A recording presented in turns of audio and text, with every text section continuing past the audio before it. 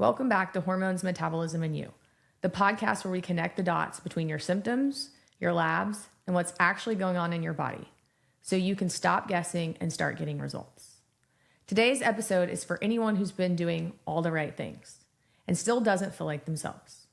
You know the feeling. You're exhausted, your gut feels off, your weight won't budge, your motivation is gone, and then you finally get labs done, only to be told everything looks normal. But you don't feel normal. And here's the truth we're saying out loud today. Normal labs don't always mean optimal health, and they definitely don't erase what you're experiencing. This is especially true for women who are far too often conditioned to push through, minimize symptoms, and be the most critical person in the room towards themselves. That's why I'm excited about today's guest, Joe Miller. He's the founder of First Optimal, a functional medicine and health optimization company known for combining advanced lab testing with high-touch coaching to help people get their energy back, improve gut function, and finally make progress towards hormone health and weight loss. Very similar to what Modern Endocrine does. They've helped 10,000 plus people optimize hormones and body composition through advanced labs and expert care. In this conversation, we zoom out and talk about health in general, how progress isn't just about willpower, and how being hard on yourself can keep you stuck in the same cycle. We also talk about why it matters for women to speak up when they don't feel well, especially when the standard workup doesn't give clear answers. And we get practical. Joe breaks down how coaching can be the missing piece that turns information into transformation, and how tools like GI map gut testing can reveal issues that routine labs may miss, helping you make targeted changes that actually move the needle. So if you've ever felt dismissed by normal, if you've been blaming yourself for symptoms you can't explain, or if you're ready to take a smarter, more supported approach to hormones, metabolism, gut health, and weight loss, this episode is for you. Let's get into it.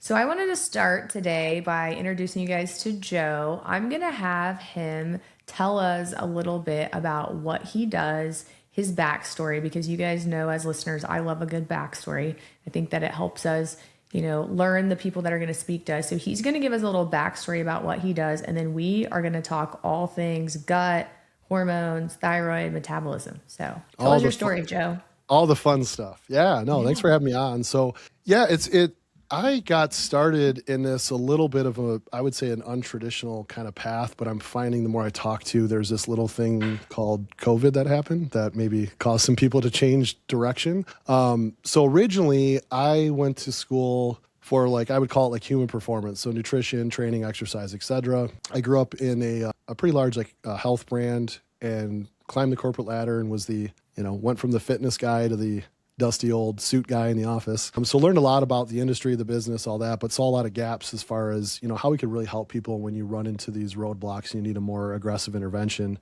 And so fast forward I was there in that industry about 18 years, same company, and COVID happened. And in Michigan, it was shut down. I think they were the fourth or fifth last state to open back up. So I was fortunate where I was not furloughed, but I was, definitely scared I'm going to lose my job, if you will. And I had a friend who started a clinic, and it was a little more heavy male. I would say more of TRT for men, probably 3 to 5% women. And throughout that time and throughout my experience in the fitness industry, I just, men certainly need help, but I think as a man, I can say this, I think it's a little more straightforward. And there seems to be a lot more, well, not seems to be, there's a lot more, as I'm sure you know, research around men. I think it was even until 1977, the FDA didn't even allow women in any trials, which is crazy. And so I saw a big gap in the women's health space. That got my attention. So while I'm at this company, the health company that was shut down, I started consulting in the telehealth industry and got really into going to a lot of these conferences and trainings and talking with folks in the medical field, and started to look at my background with lifestyle, nutrition, healthy habits, and interpreting the blood work on that end versus what they were seeing in medical, functional medicine, and a little bit more on the nuance and fringes of kind of what's going on in the space today. And in comes my wife. So that's where the story kind of pivots for us and where First Optimal was birthed. So my wife started doing some work with us. We brought her in, working with a brilliant physician, and she had low estrogen production, but estrogen dominance symptoms. So I'm sitting there going I'm not a doctor, but the math isn't math in here. So what is going on? So the doc was brilliant, did his best, but was limited in his testing. He was only using blood work, and a lot of pretty smart physician and going deep on blood work. But what I found was, when she started therapy, she kept having a lot of the estrogen dominant symptoms just weren't rampant. Really, and was like, this is not for me, type. She walked away kind of defeated and really struggling with it. And I said, this just isn't right. And so I was at a conference back when precision analytics was newer. So they were starting with like somewhat newer. I don't know their full when they officially started, but Dutch testing was, kind of, from my perspective, newer. So we ended up doing a Dutch test, and I really nerded out on that for a couple of years, and some of the nuances of it, and found there were some things wrong with like her pathways as far as how she methylates and clears some of those hormones, which was causing them to kind of recycle back into the body, and that's what's causing all these issues. And so I bounced around from there to I was a minority partner in that clinic. But now I was hooked. Like, I was really passionate about this, and I felt like, hey, this can help men, but like women are really underserved here. And I have 3 women, my wife being one of them, that when the commercial says less than 2% of women get this symptom, my wife is less than 2%, like everything. So that she takes. So I said, I'm like, okay, like I have to figure this out. So, and I couldn't do it alone, I knew. So I did a lot of consulting in the space, was a part of a couple different organizations. Finally, a lot of people I was working with, they were very, very supportive and said, you guys need to start your own. Like, you have a different approach. You have a different market you're trying to serve. We're just staying in our, blood work, 80, 90% male treatment. And if you're a woman who doesn't have any of these issues like gut health or the ability to kind of metabolize these hormones effectively, you're going to get great care from them. But if you don't, they're going to refer you somewhere else because just weren't interested in exploring that further. And so fast forward, about 2 years ago, a little over 2 years ago, we started First Optimal with a blend of functional health coaches and providers that were like-minded, and, started really looking at the deeper layers of what's going on in one's body. Why are they low? Can we fix it? And if we can't, there still needs to be a prescriptive or medical intervention there. How can we find a minimum effective dose so it's easier on the pocketbook for them? So if I'm talking to investors, it's really not a great conversation at first. And I said, no, they'll be with us a long time because we're doing well. But there's that piece, and then there's also, as like the poison, if you will, is in the dose. If we can find the minimal effective dose for people, it's putting less strain in their body. Body has time to absorb it, metabolize it, adjust to it. And for a lot of these women, it's like it's almost like they're going through, for some, if they're perimenopause, not so much, but menopausal women definitely, they report it's almost like they're going through puberty again. And so they're getting a lot of those symptoms. And if you don't know how to dial it in, and those, the margin of error in women is so small compared to men when you're getting in there with hormones, that I felt like we really need to do that. And so at this point now, like our practice is roughly 75% women, 25% men. And we get a lot of referrals from more complex cases, which is, exciting to see, and kind of just saw that gap in the marketplace and said, okay, like let's dive in here. And we're still working through it, and we love a challenge, and we're still adding to our team people with different like nuance expertise to fill gaps. Or maybe we're good at it, but we're not great at something. We're like, well, let's get great. Let's go find the people that are great, hire them to train us, or bring them on our team and provide that service. So that's a little backstory on me and why I'm here and all that fun stuff. So you said a couple things that really resonated with me as a perimenopausal woman who takes care of perimenopausal and menopausal women all day. One of them was, you said women are a little more difficult to treat than men. And I would say that is true. Didn't necessarily word it like that. But, if you're used to taking care of men in general, it's just a little easier process because you guys don't convert estrogen and you don't have all these issues like we do. Like your wife has this clearing metabolism. So she's got either phase 1, phase 2, or phase 3 estrogen detox issues, or maybe, several. And so it is a little more straightforward taking care of men. And so I do think that it's really cool that you found a passion, like, hey, women are being underserved because we have been for years, because we haven't been studied, and we used to stay at home and our lives used to be different. So that's one thing that you said. I thought, yeah, that's very, true. And then you also made a comment about, wanting to continue to like just explore things and become great and, fix people. And I think that that's also something that's just kind of missing in today's healthcare. It's almost like after COVID, I don't know, just things were different, right? Like, but trying to find what's actually wrong with someone, get to the root cause of it, give them the minimal amount of medication or whatever they need to actually help fix their body and get them better. I think those are both, just very powerful things. We need more of that in this country. There are so many sick people, right? And, some women will be able to go to that provider you were talking about, and they don't have gut issues. They don't have, significant hormone recycling issues, and they'll be better. But I'm going to tell you, as a woman taking care of women, that's not very many people. That's not very many women. Like, most women now have gut issues, right? We have stress issues. We have, hormonal recycling issues. If we haven't seen a doctor or seen a provider like you have, or been in this space, just because of, I think it's our life, right? It's so crazy now. Like, we're under lights all day long. We're on our phone. Things are beeping at us. We don't sleep like we used to. The stuff we call food is not really food. It's just, there's so many different things that are driving all this. So I think it's just really cool that you decided, hey, I'm going to change. I'm going to, take this unfortunate event that my wife had, and I'm going to turn this into something good. And I'm going to create, it's one stop optimal, right?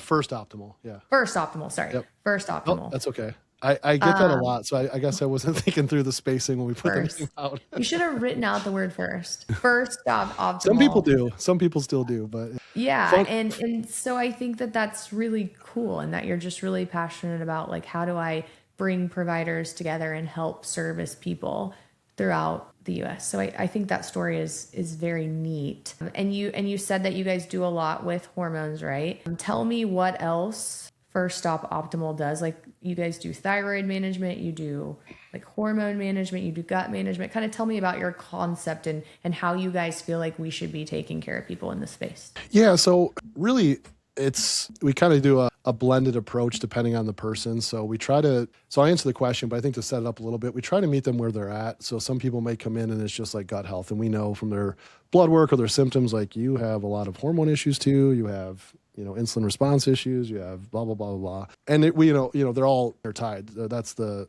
little secret you're trying to get them to know and accept that, because, a lot of folks won't realize like how much brain fog could be tied to their gut health or hormone production and things of that nature. So we try to, when someone first comes in, really spend a lot of time from we call them like our care team, which is like non-medical. So they're more like the functional health coaches. Just, it allows us a lot more time, and it's a little bit lighter on the client. And when they first come in, because they're kind of a client of the health coach and a patient of the provider, so they get both. And so they spend a lot of time to dive into lifestyle, symptoms, obviously like a pretty robust like health history information, and then trying to figure out like what's the best way forward. Like, that sometimes that depends on their willingness to engage, their financial constraints, or just their understanding. So if someone's kind of ready to go, we usually are looking at the largest barrier first and then working from there. So meaning,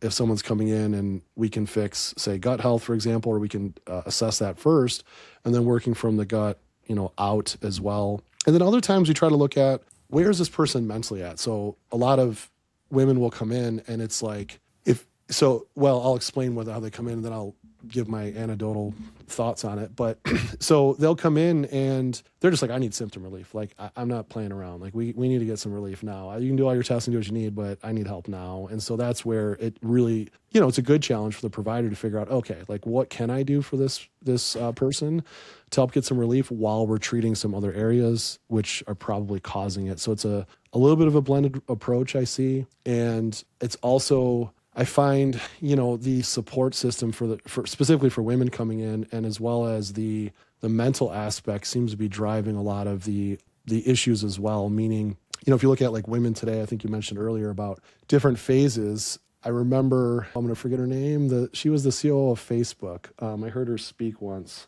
Anyways, the point was, of course, it's going to come to me in like 5 minutes. She was talking about the analogy. The story she told was her husband was at home because she's the CEO of Facebook working. So, busy executive and taking care of the family. Husband brings child to school and it's green shirt day. Child has blue shirt on, and all the ladies at the stop at the drop off say, "Oh, mom forgot that it's green shirt day." And it's like, no, like, dad forgot. Dad's owning this. So I think as the roles in the household change, there's still this societal like pressure and expectation around being the mom and the housewife of the 50s while being, Miss Bad Boss, if you will, and like running the show out there in the corporate world. And I see it like with my wife, because she grew up with the 1950s mom, but she was a Division I athlete or a college athlete. She would, more go, likes to be challenged. And so I think a lot of it's like also when they come in, outside of the medical is just acknowledging that, letting them know, and trying to help them find like space in their life with their therapy. Because if you're just cramming a bunch of therapies with somebody and they're not changing lifestyle, stress management, finding some space in their life, which it does take time for a lot of people, because maybe they're just, indoctrinated in this kind of way of thinking and way of living, they're going to have issues. They're going to burn out because, I'm sure you've seen it too, where it's someone walks in and you're like, what are you taking? Like, you got 18 supplements, like, what are we doing here? So, we're supposed to be supplementing a couple things that are missing from your diet or whatever the case may be, or if they're on a more aggressive protocol. But if you're doing it year round, like, it's time to call a timeout and figure out what's going on here. What are we overcommitting to? So I think that's, from my point of view, at least, the lack of studies and research for women's health up until probably the early 2000s started to pick up. And as you know more than I do, a lot of that research doesn't really hit the medical schools for 20, 25 years, and it starts getting layered in. So unless you're passionate on the topic as a provider, not that they're inherently bad providers out there, they're trying, that's the system they're in. They're trying to run their practice and maybe don't have as much of the knowledge or resource to help women navigate through some of these issues. And so I think that's where the approach of like functional medicine comes in. And there's a lot of great practitioners out there, a lot of great people doing it. I think our style works. I think other styles work too.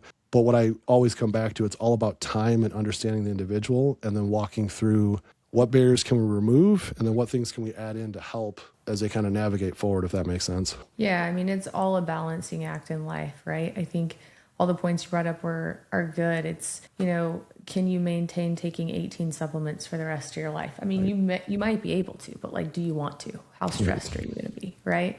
And so what can we do to help mitigate you taking some of those? Like, what can we do from a lifestyle perspective? And we have a very similar approach. We have health coaches who really try to set with people and figure out like, hey, like for instance, I saw a lady the other day and she's got a ton of complaints, a ton of concerns, a few significant health issues. But, on her intake form, she's like, I sleep 4.5 hours a night. And I'm like, okay, how long have you slept 4.5 hours a night? For 7 years. I'm like, well, I'm going to be really honest with you. It doesn't matter what supplement you take. It doesn't matter what hormone I give you. Until you sleep more than 4.5 hours a night, we're not going to get very far here, right? Like, we just aren't. Like, you're not Superman. I'm not Jesus. Like, there's nothing I can do here to make this better. And so I think it's really important too. A lot of times things are missed in medicine because we just don't ask the simple questions of, are you sleeping? What is your nutrition like? Do you feel safe in your home? Do you have unresolved trauma that we don't know about? Like, just little things like this. Do you move your body every day? Do you see the sun? And so spending time with people to have conversations like that, and then, having health coaches figure out what can we do to make your sleep from 4.5 hours to 5 hours? And then how can we go from 5 to 5.5? And how can we go to 6, so that we're not giving you additional things that can cause side effects that aren't going to fix the actual underlying issue, right? And unfortunately, you said something that made me think about this. Medical school, not to discredit medical school or school or any school that anyone goes to, because I went for 13 years of higher education, but you get indoctrinated in that higher education. It's very like, if this, then this. This is caused by this. You treat this disease with this. It's almost like a cult. It's like you will prescribe medications to make all these things better. And not saying that you don't ever need a medication. I'm also not saying that. There are life-saving medications that are needed, but we don't learn in that indoctrination cult called medical school that, hey, the body is actually the system of systems, and we don't always need a pharmaceutical drug to make it better. What we need to do is figure out, why is everything not functioning well? Are we getting enough water? Are we getting enough sleep? Do we feel safe? Like, these are all just important things that when you go to traditional medicine offices, they either don't understand because, again, they got the indoctrinated medical school nurse practitioner training, and that's just, nobody goes to medical school or nurse practitioner to be facetious or be bad. It's just, that's what they were taught. Yeah. Or they've never stepped back and really thought about it. Because if you and I are having this conversation, right, as human beings, we all know, I hope if you're listening to this, you understand you must have water in order to live. You need air. You need a clean place to live. You need to feel safe. Like, there are things you need in order to live and function as a human. But somehow we forget that when we walk into doctor's offices, which is just kind of crazy in my opinion. And I think that providers are so busy and they have 15 minutes to see you. And when they don't know what to tell you, that indoctrination that we got in school was somehow you fix it. And so if they don't know how to fix it with a prescription, then something's wrong with the patient. And then they're like, well, you're fine. Everything's fine. You're stressed. Right. And that's not the truth. No, I mean, I think you make a lot of great points. I mean, and I'm curious what you experienced too, but a couple things I wanted to comment on was like ballpark here, but I just like part of our onboarding, we look at what is it roughly 80 to 85%, depending on the research or the stat you look at, of the general CDC health guidelines that a given population is just not doing. And if you start with that, like you just mentioned, like water, sleep, protein, fiber, resistance training minimums, step count, activity, like just starting with that basic. Cause like I was talking to a menopausal woman last week. I just happened to answer the phone line and she's like, well, that seems really generic. I was like, yeah, it is. But you're not doing it. So do it first. It doesn't cost you anything. I'm literally saying, we'll give you all these guides for free. Don't spend a dime with us. Start doing it and talk to us and then go from there. And then as the conversation progressed, I started to briefly mention like, hey, and this is what the provider will tell you. But if you walk after meals, like this is how much it'll impact blood sugar. If you do this is how it'll impact that. So all this stuff isn't just like someone was sitting in a corner office one day and said, oh, I think everyone should walk this much or everyone should lift that.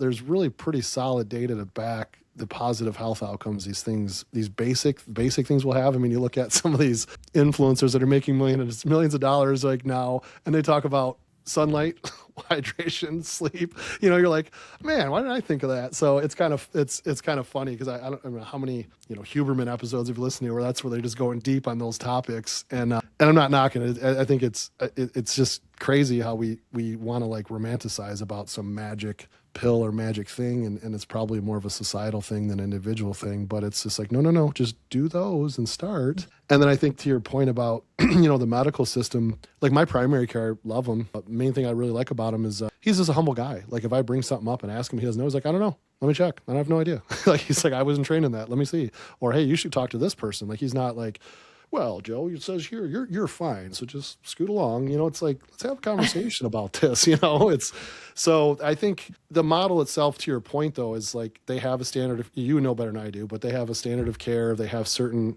restrictions, if you will, of things if they don't say, they could be opening themselves up to a liability in some cases. Again, I don't know from personal experience, just kind of things I've observed, but I also think the model itself is more designed for sick care, which, hey, if I'm sick, great, let's go there. If I break my arm or leg, that's where I'm going. If I want to be optimal, not going there. Like, not a chance. I'm going to go to someone like yourself or, search out these other options. So that's 100% factual. Our traditional healthcare system in the United States was built on you being sick. If you are ill, if you break your hand, your foot, get in a car accident, get shot, have a heart attack or having a stroke, we got you, Right.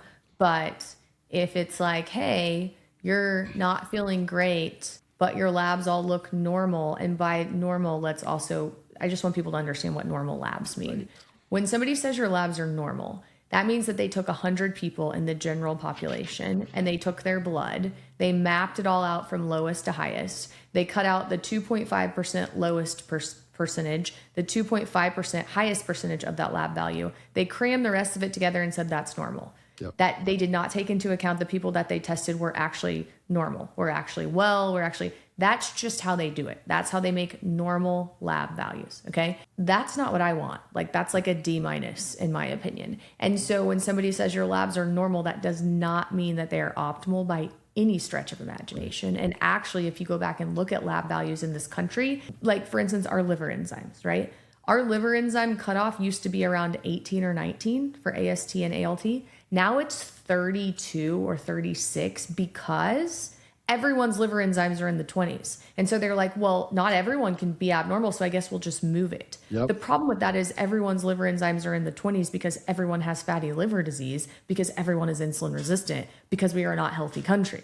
That doesn't mean we should change the normal and just let everyone be, everyone's normal, but they're really not. And so it's just very frustrating that if you're not feeling well, normal, your labs are normal, that shouldn't be the answer. But again, I think that's what's indoctrinated in people in school. And it all goes off of these guidelines, like you say, like my society, the Endocrine Society writes guidelines. These are supposed to be the end all be all, but I can tell you 50 million problems with their thyroid guidelines, right? I can tell you tons of problems with their hormone guidelines. These guidelines aren't updated every year. It costs a lot of money to do studies. People aren't going to pay for studies when they're not going to make money off of the studies. And so there's just so many issues in healthcare, and we don't ever take into account, like there wasn't one time in med school, Joe, where anyone ever told me, hey, Dr. Cassie, when patients tell you something, you should take that into consideration. There was never a class that was like, well, when a patient talks to you about a symptom, you should listen to that. It was always like, if this, then, and so it's just very disheartening when you get out into the world. And because I did it, I went out into the world and I was like, I'm going to do everything they taught me. And I went to traditional medicine and I did everything they taught me. People don't get better. They get worse. You give them more medicine. They gain more weight. It costs more money. But when you actually start listening to people like your health coaches do and your providers do, you're like, oh, this makes sense, because the last 85 people that came in here said the exact same thing. And when I told them to sleep more, and when I told them to, walk after they eat, and when I told them, to try berberine or whatever you want to talk about, it actually worked. But that's just not what we're taught in school, No, and I think that's a great point. I wanted to share a story with you and see if you experience this sometimes too. And again, I think some of this has to do with the personality type, so I'll preface with that. But I have my sister-in-law, actually. She was working with a friend of mine who does not work with us, but she's a awesome health coach. And she had a target. She's a little bit, taller, larger frame, et cetera. So let's call it 140 grams of protein. And she's just like, on this protocol and blah, blah, blah. And she was like, I'm only getting 80 though. I'm only getting 80. And like super stressed and freaking out the whole time. And I'm like, have you talked to your coach about that? She's like, well, no. She said, I need 140. I'm like, okay. But if we can take the first 2 weeks and go from 80 to 85 and then work our way up to 95 and then get to 100, I was like, would you feel better? She's like, well, yeah, I'd feel better. I was like, is that reasonable? Could you do it? She's like, yeah. And I'm I don't do coaching. So I'm just having a zoomed out conversation of all the pressure she's putting on herself.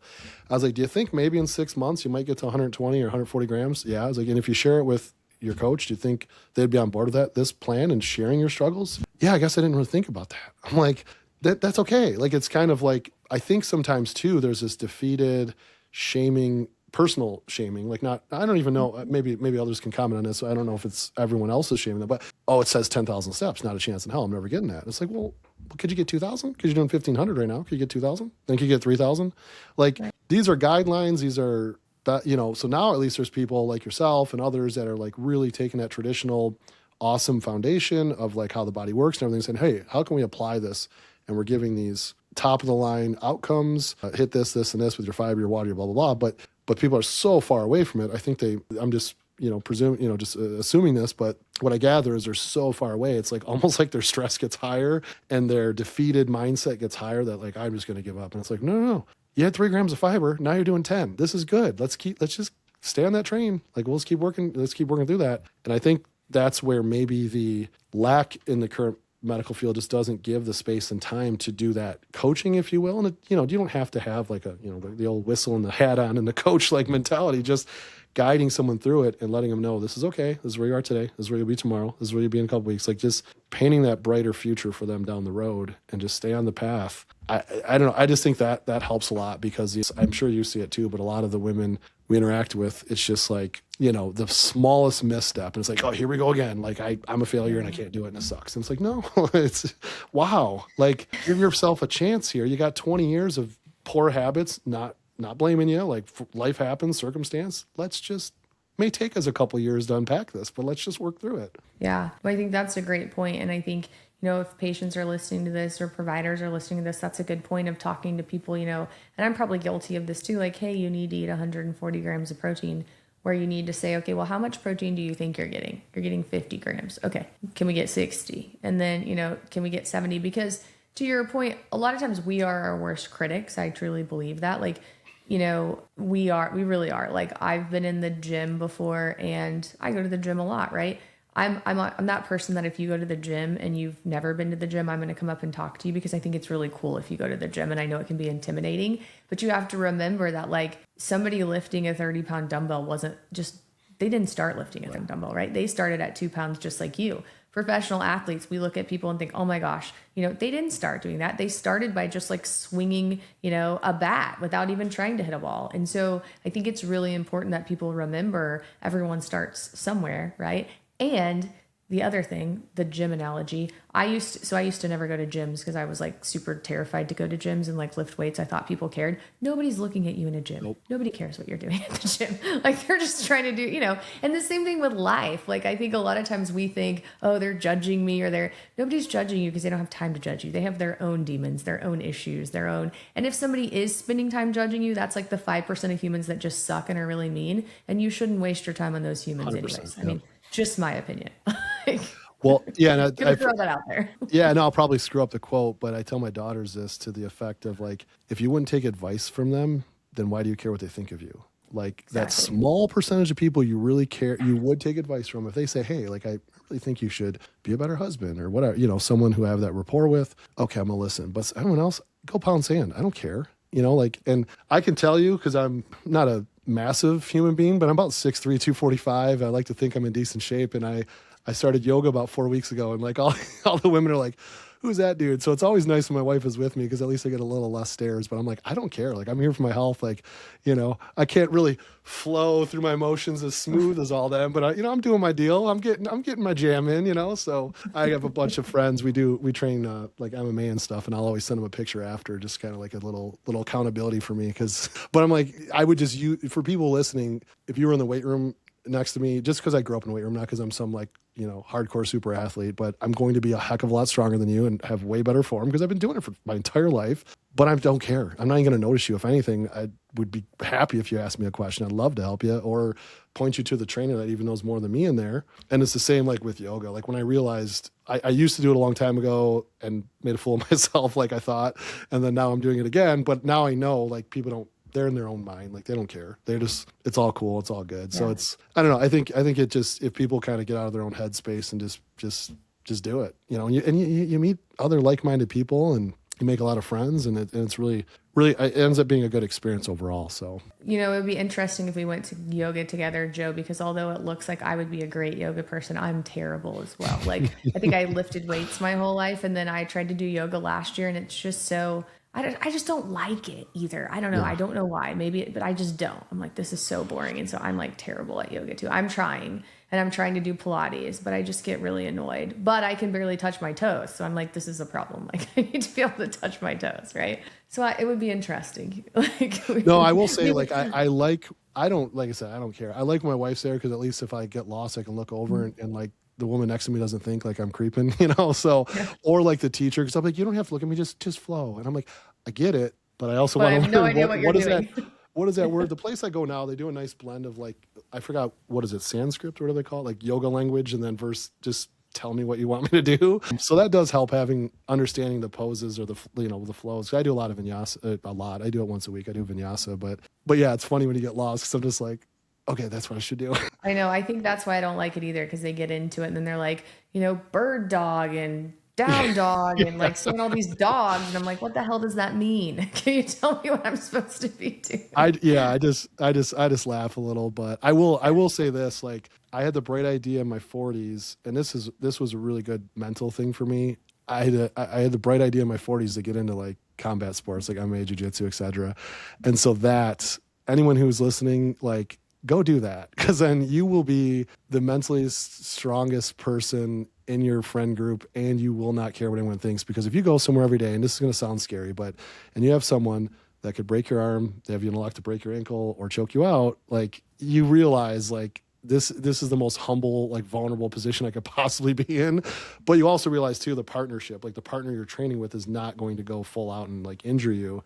And so you kind of build this camaraderie with it. So it's the same there. Like, because it's the opposite there. I walk in, I see a bigger fit guy. They're like, oh, I'm going to tear him up. I'm like, new guy. I mean, I'm not new now, but I used to be like, new guy, totally chill, do your deal. I'm just trying to learn. Like, because please don't break my ankle. Yeah. No, and some of the guys that were like our friends, I call them, they're good friends now, but they're like higher level guys. Like they would have fun with me a little bit and wait to kind of put me out of my misery. But it was still just like, having that establishment. So I guess my point is, in all these different like, areas I went into where, fish out of water a little bit. It's just like, no one cares. They don't care. If anything, they're happy. They're happier there, right? Yeah. And I think that, so I don't even know how we got off on this tangent, but yes. And so that is very true. Most people don't even care about what, we're the hardest on ourselves. And most people aren't even looking at you or putting you under that lens. So if you are, trying to work through something with your health, you're working with a coach, you're working with a provider, and they're giving you expectations or they're giving you goals,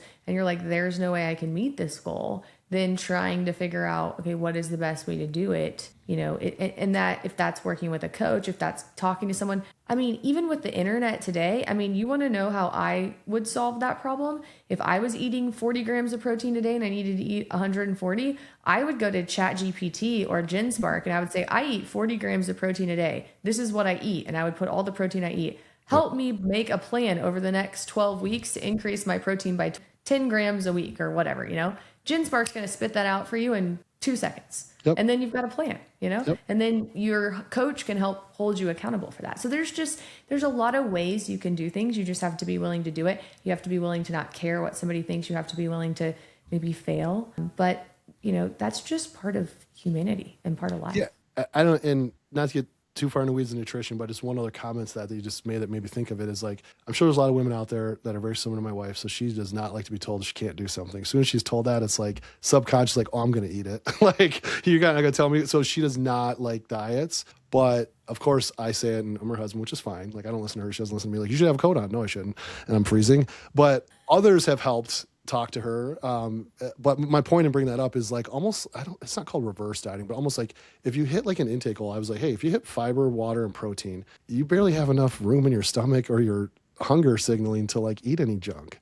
Like if you just focus on those minimum, points, you're not going to overeat as much versus just blindly going at it throughout the day. And so I find that helps a lot of people too, who maybe struggle with restrictive type eating or like restrictive, whether it's like intermittent fasting or no carb or calorie restrictions. It's like, we'll start somewhere. Like you can start with, if you're taking in this much of a good source, a better source, maybe food isn't inherently good or bad, like I guess better, then you're less likely to eat the stuff that's been maybe sabotaging your gut health, your insulin response, et cetera. So I don't know, seems to be working with some, but I would imagine there's a lot of people out there too that just have that response when it comes to anything restrictive. No, I think that's a good point because I'm the same way. Like, I don't like to be restricted or told I can't do anything. So I try to, in my life, like if I'm going to try to do something like lose weight or whatever, I'm going to say, okay, what should I be eating? Like, what should I incorporate? Not what can I not have? Because I'm the exact same way. If you're like, hey, you can't have any more cookies, I'm going to be like, I'm going to eat a cookie every day. Right. So I think that's more of like filling your life with things that you can do or that are better, and never saying you can never do something is really valuable. I want to ask you from a gut health perspective. I know we talked about this a little bit before the podcast started, but like in your guys' program and when you work with patients, how important do you think gut health is for most of your clients, patients struggling with, brain fog, fatigue, weight issues? Do you find it to be a pretty significant issue? And how do you guys kind of address that? Yeah, so I would say it's a very, very, very high percentage of the issue that we find. I don't know why we seem to find a higher percentage. I have some speculation on it, but we seem to find a higher percentage of women than men. But we do try to encourage the men to look at that more as well. But I think it's because men just accept it for whatever reason. I don't know. But I do find that once that starts to clean up, a lot of those other symptoms start to subside. From that gut health standpoint, a lot of what we do, obviously, like anybody else, like a questionnaire on what's going on, and then try to make some assumptions on what could be going on with the gut based on the feedback. And then we put them through, like we were talking before, we do a lot of, we're starting to do some upper GI stuff, but we do a lot more. We find like the GI mapping with zonulin, like looking at gut permeability, if there are dysbiosis, different pathogens, things of that nature. We find that approach, getting that test really helps unpack downstream, issues they're having with their symptoms. Another thing, so I might bounce around a little bit to answer your question, but I'll try to land the plane the best I can. So, because another thing that we found a lot of success with is like doing food allergies and food sensitivity testing. Because I'm hypothetical, so just bear with me on the numbers. But let's say it's going to take 16 weeks to get to a gut protocol to get through it. Well, it might take, half the time. But the reason why it takes so much longer is because they're still eating these inflammatory foods that are like working somewhat working against the protocol. Like it's just not as efficient, where if we can remove some things early in the protocol, we're finding more success with that. I don't have a specific like study to reference, more anecdotal experience. It seems the protocols are having more success in a shorter time frame. And then we're generally, I'm kind of painting with a broad brush here, but we're generally like looking at, some kind of like kill phase followed by like some kind of recovery phase, followed by some kind of like reseal, if you will. So there's 5 phases now, and I'm drawing a blank on the 5 R's is like the traditional reinoculate. Thank you. And then there's one more that there's reinoculate, there's replenish, there's a phase, there's a repair phase, and there's a remodel. I have it. I just didn't want to cheat. I should have cheated. You basically kill. You're right. You kill, and then you usually assist with like digestion, replace, digestive enzymes, etc. Replace. And that was the thing that we found was like one of the markers. So I'm just going to speak from personal experience because we have a lot of different, client examples that I kind of an arm's distance understanding what's going on with them. But my wife specifically, she's was going through a pretty aggressive like kill phase that she needed, but also noticed certain foods. I want to say I'm trying to go off memory. I think it was low elastase, and I think it was causing her to not be able to digest protein as well. Correct. And so we're using like digestive enzymes with protein meals just by intermittently add it when you're going to have like a animal protein, like right away. She said like literally instantly, and like it sounds like an infomercial for it, but she's just like, nothing works for me. She did it. She's like, oh my gosh, I can't believe like acid reflux is down, like all these other like bloating, gas is so much better. And then after that, moving forward, the one thing, again, I don't listen to her. She doesn't listen to me. We love each other, but we don't listen. So that's a good sign of if you're in a healthy marriage, if you don't listen to your spouse. But fiber, I'm just like, hey, honey, like, I know, but just like putting it out there, all that like dysbiosis you had, and we killed a bunch of stuff. Well, now we got to feed the good stuff. So so she has a coach that works with her that is smarter than me, and she listens to, but I was just trying to like understand, like, hey, I know you're through this protocol and you got all these like awesome tools at our disposal because of the access we have and the team we have. And so I think of women that don't have them, like, oh my gosh. And then, but let's add in the natural stuff, the normal stuff that got us there. Let's start layering that in. And so those are things that like, she was struggling with, because I'll just use her like, I don't know, you get to double-digit grams of fiber, and she's like struggling with it. And I'm like, yeah, you got to start low and just kind of get the gut to readjust. I think there's some pretty good vegan studies out there where they, if I remember correctly, where they're showing how long it takes for like the gut to adjust to those high levels of fiber. But and it takes a little bit longer for some than others, I guess, is the point of that. And not to like, you can't just jump in. Most people can't just jump in and go from like barely any fiber to 25, 30, 40, 50 grams. It's like they're gonna be like, you're crazy. They're gonna be, a lot of distension, a lot of issues there. But I think it's just kind of layering it into that protocol. And then on the back end of the protocol, working on fixing that permeability of the gut. We use a combination of a lot of different peptides and looking at other things that could have been working into that as well. But so we'll use some different peptide protocols that we find, like, your traditional ones that are I'm sure you commonly use to help kind of repair the gut.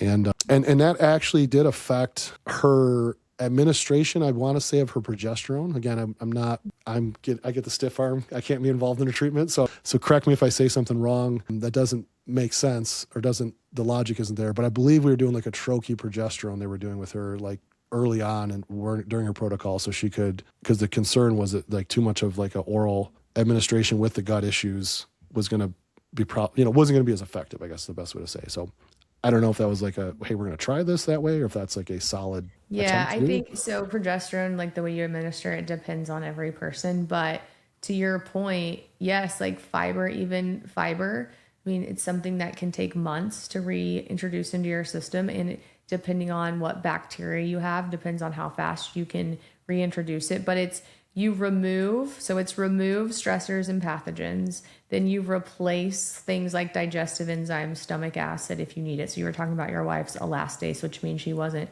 digesting protein very well. So replacing the digestive enzyme is good. But, the caveat of that is if you're drinking 3 Alanis a day and 4 cups of coffee and, eating all these terrible things, it doesn't matter if you replace your digestive enzymes, if you repair your gut. You have to remove those bad things first. So you remove, you replace, you reinoculate with probiotics, right? Then you repair the gut lining, what you were talking about, like glutamine, things like that.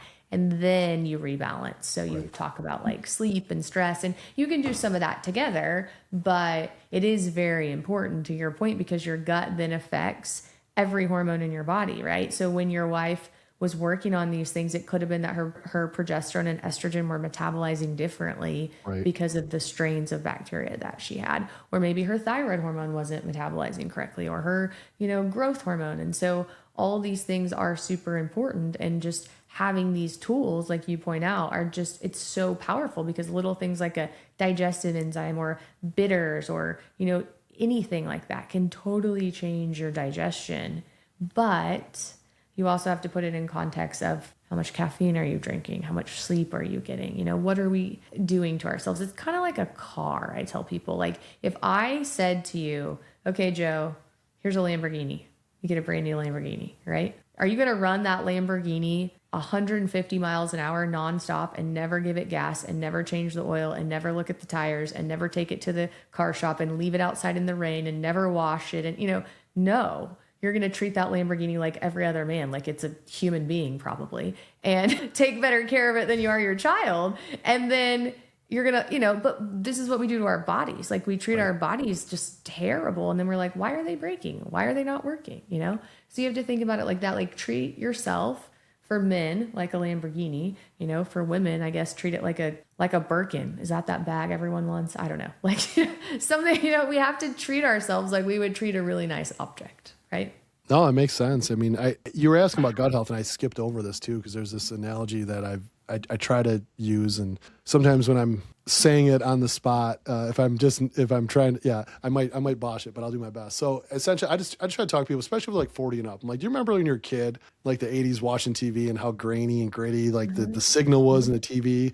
Like, yeah, I was like, how now it's like 4K high def, like the person's like in your, in your living room. Like, yeah, it's like, that's the signaling when your gut's a mess, is like the 80s signaling and the picture you're seeing. This is the signal that you have when your gut health is optimal. So when you talk about, there's GLP-1 receptors in the gut. When you talk about digestion, you talk about hormone, metabolism, you talk, the immune system, like you name it, all that stuff is, you want it high def, like clear, crystal clear, signaling to the rest of the body and the communication, all that fun stuff. So that, most people in that kind of 40 and up age group can kind of remember those times of the, especially my case, it was grandma's house when she had the knob, because we at least had the remote, but she had the knob TV. So that was rough, but my grandma too. And the rotary phone. Remember when you put your finger in the phone? Oh yeah. No, I think my kids think that was like a joke. They're just like, why? I know. I'm like, no. Yeah. Okay. No. So I think, to kind of recap on that, gut health is super important as well. So I want to transition to asking you 3 questions that I ask all my guests, and I don't want you to overthink it. People love this. They love, so I think some people listen to my podcast just to this portion of it, but don't overthink it. First thing that comes to your head, what is one food that you feel is most beneficial and why? Don't overthink it. Yeah. I don't know why I want to go to a food group. No, you have to pick one food. I am going to say eggs. Okay. Amino acid profile. You can have egg whites and get less fat with the egg yolk. You can blend it so you get some healthy fats. I think that's my reasoning why. It's like the gold standard for amino acids, etc. So choline, yep. Lots of people say eggs. What is one thing that anyone that's listening right now can do that will improve their health that is 100% free? Walk after meals. Yep. 10 minutes, but if you can start with 2 minutes, start with 2. But 10-minute walk after a meal. You can do it inside. You don't have to go outside. You can 100%. Walk around your table. I've had people say, well, I live in an area where it's not conducive to be outside. Well, then walk around your table. Well, and I know you want to move because I'll say this, like, if anyone heard of The Mountain, like the huge powerlifter guy that was on Game of Thrones, his protocol, because he's in like Iceland or whatever, was just to ride a little stationary bike because he couldn't go out and walk. It was freezing cold. So after every meal, he'd ride his stationary bike. He's, world-class athlete, and he's still doing it after a meal. So anyways, I digress. Little fun fact that I picked up from this coach when I interviewed him. So that's awesome. And then last question is, what is one thing you wish you would have known about your health 25 years ago that you would have done differently?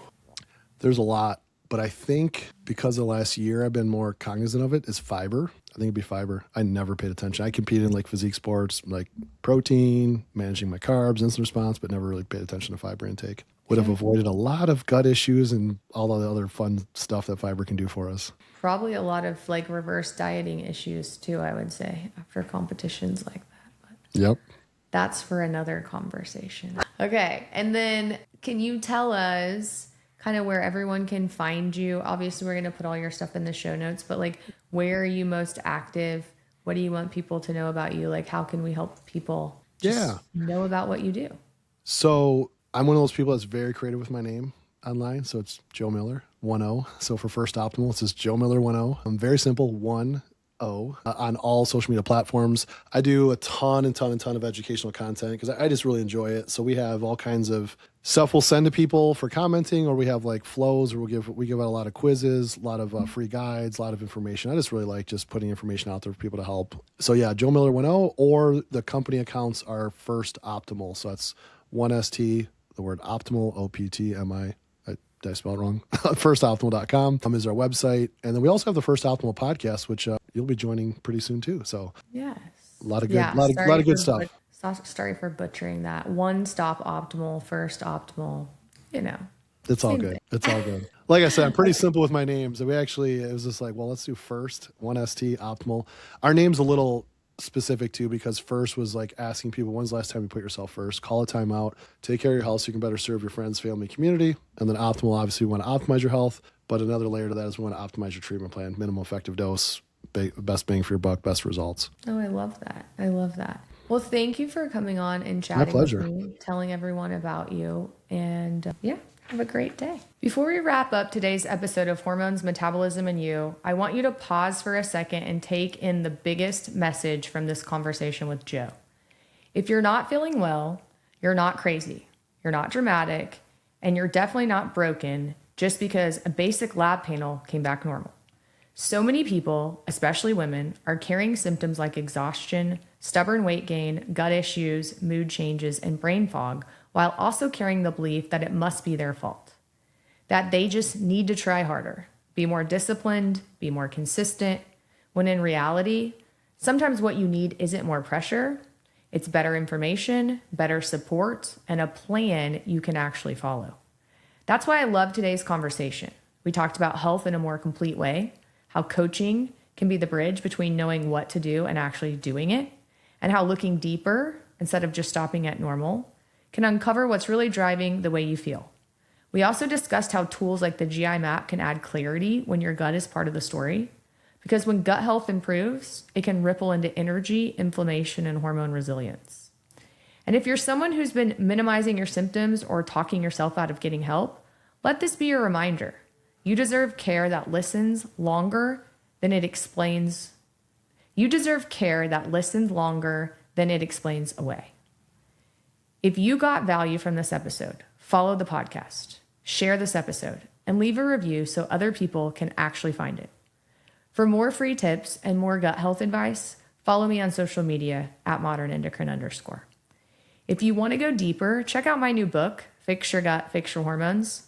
There are links on my website and my podcast about how to get on the list to purchase this. It drops on April 7th. Finally, if you're ready for real support, consider being a patient.